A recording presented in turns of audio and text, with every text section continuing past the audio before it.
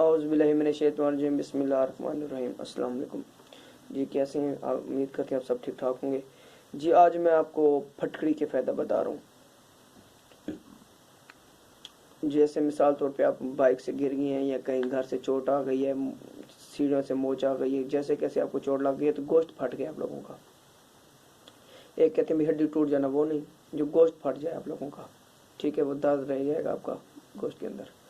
गोश्त फट जाता है तो आप लोग वहाँ से जाके पंसार से किसी से भी आप लोगों ने फटकड़ी ले लें, फटकड़ी सफ़ेद, ये फटकड़ी सफ़ेद ले लें आप, ठीक है जी।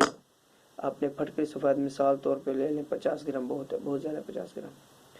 उसको आप लोगों ने गिल हिकमत करनी है। इसको कुश्ता शब यमानी भी बोलते हैं, हिकमत में हम जो हकीम लोग हैं कुश्ता शब यमानी बोलते हैं इसको।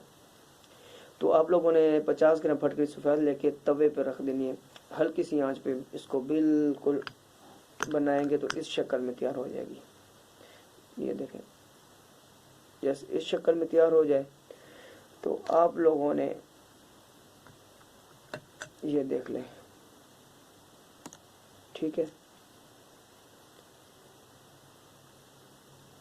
मिसाल तौर पे आपने 1 ग्राम, मैं जो वज़न बता रहा हूँ इसका, जो कुश्ता बन जाएगा शब यमानी, जो फटकड़ी जो बनाएंगे तवे पे, ठीक है।